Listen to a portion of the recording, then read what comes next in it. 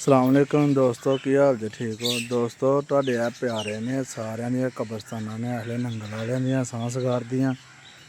ते तुहाडे अगे गुजारिश है कि अपने अपने प्यारियां दी कब्रां ते आन के ते इक बारी ध्यान मारो ते थोड़ा बहुत हिम्मत मारो सारे दोस्त ते जेह्ड़ा ना पानी दा कोई हल करिए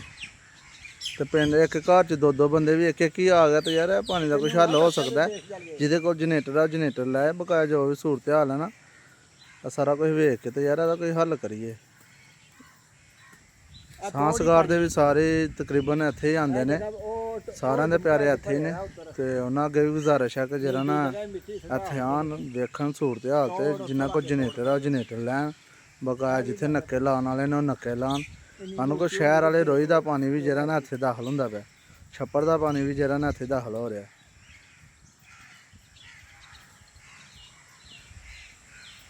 पानी तो वापस